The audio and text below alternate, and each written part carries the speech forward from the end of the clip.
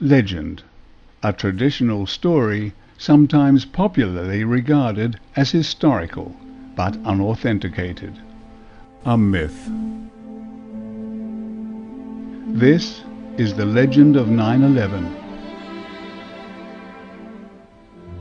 It is 10 years since that bright autumn morning when 4 murder weapons took off. But from where? 2 of those murder weapons, both resembling Boeing 767 passenger planes, headed for New York, where they crashed into the Twin Towers of the World Trade Center. But we know as much about those murder weapons today as we did when they took to the skies on that dreadful September morning. 10 years on, and we still know nothing about the 9/11 planes. The third murder weapon, we were told, headed towards Washington, where it is said to have crashed into one of the most secure buildings in the world, the Pentagon. A building surrounded by scores of surveillance cameras, but from which we have only seen a few indistinct images of what we had to be told was the third murder weapon, a Boeing 757, which apparently disappeared almost without a trace inside the Pentagon, followed by a huge explosion. Of murder weapon number 4, the last to come down, we know as much as we do about murder weapons 1, 2, and 3. Nothing. Yet the scenario for an Academy Award-winning film was pieced together using a transcript from the alleged cockpit voice recorder from UA-93, and from air-to-ground cell phone calls which many experts do not think could have been connected, a position with which the FBI is now largely in agreement. The official story is that this plane crashed in a field in Pennsylvania, but there was very little to see of it, and the debris was widely spread out, which seems to tally with eyewitness and other reports that murder weapon number 4 was shot down by Major Rick Gibney, piloting a U.S. National Air Guard F-16. But these stories soon disappeared from the mainstream media. It was alleged that 2 United Airlines planes and 2 American Airlines planes killed almost 3,000 people on September the 11th, 2001. But someone decided that these murder weapons did not need to be positively identified. Could it be that someone knew that the parts would not match those of the planes that were allegedly hijacked? Perhaps the most blatant instance of the suppression of important evidence is the fact that what was almost certainly the core of the right engine of the plane that hit the South Tower was buried in a landfill on Staten Island, over a year before the Commission began its deliberations. Since then, independent researchers have determined that this engine core almost certainly did not come from a United Airlines Boeing 767. This research seems to indicate that this component, called a high-pressure turbine cooling duct, is from a Pratt & Whitney JT9D7 series engine as used on the Boeing 747, whereas this is the HPT cooling duct for the JT9D-7R4D series of engines, which are used by United Airlines on all of their Boeing 767s. But the engine found in Murray Street had this kind of cooling duct, so could not have come from a United Airlines Boeing 767.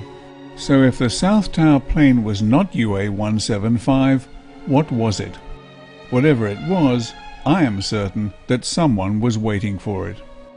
While most cameras were pointed at the burning North Tower, someone had found these chimneys and selected a position so that a camera could be lined up to point at the sky above the Statue of Liberty. The camera position was a rooftop with limited access. As a cameraman, I am certain that the position was selected for one purpose only: to make a video record of the arrival and last few seconds of the South Tower plane's murderous journey.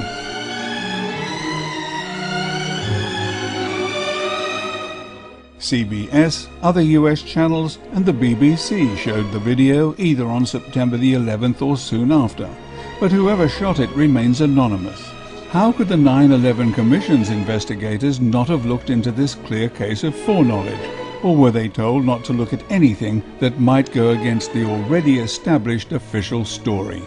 But there was other evidence that the Commission was unable to look into because it had been deliberately destroyed. An audio tape from September the 11th of air traffic controllers recalling their experiences with the alleged hijacked aircraft AA-11 and UA-175 was deliberately destroyed by a Federal Aviation Administration manager between December 2001 and February 2002. And to this day, the authorities still refuse to release the serial numbers of any of the flight data recorders, including the cockpit voice recorder, you know, the one that the award-winning movie was based on. The numerous anomalies in the official 9/11 story add up to arguably the most colossal lie ever told. The two anomalies which stand out most, in my mind, are the failure of the 9/11 Commission to insist that the 4 planes that crashed be forensically identified, and, in its over 500-page report, the Commission's failure to even mention one of the most perplexing structural failures in the history of high-rise construction, the collapse of World Trade Center Building No. 7 at 5:20 on the evening of 9/11.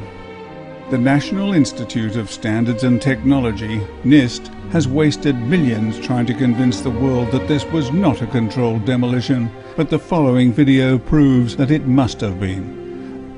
Listen carefully. The voices of the camera crew tend to mask the low frequencies, but if the voices are suppressed,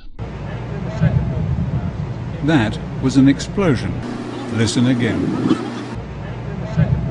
The myth is that a critical column on the 13th floor buckled and triggered the structural failure, but a buckling column does not sound like an explosion. The inescapable conclusion is that WTC-7 collapsed due to a controlled demolition which would have taken months to plan and prepare while it was business as usual inside the building.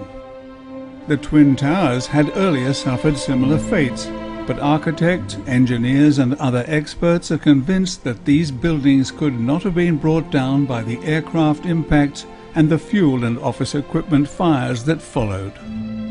3 giant buildings in a time frame of just a few hours, all showing the visual hallmarks of classic controlled demolitions. 4 unidentified aircraft and 3 controlled demolitions.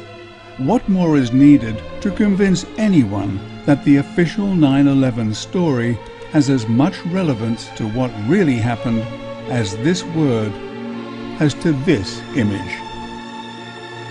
So the question is, what are you going to do about it? This video is dedicated to the memory of those who were killed on September the 11th, 2001. It is dedicated to those who have suffered and died since because of the immorality of the perpetrators of this terrible crime. It is dedicated to the innocent men, women and children of Afghanistan and Iraq who suffered and died in the name of abject greed, and to those they left behind.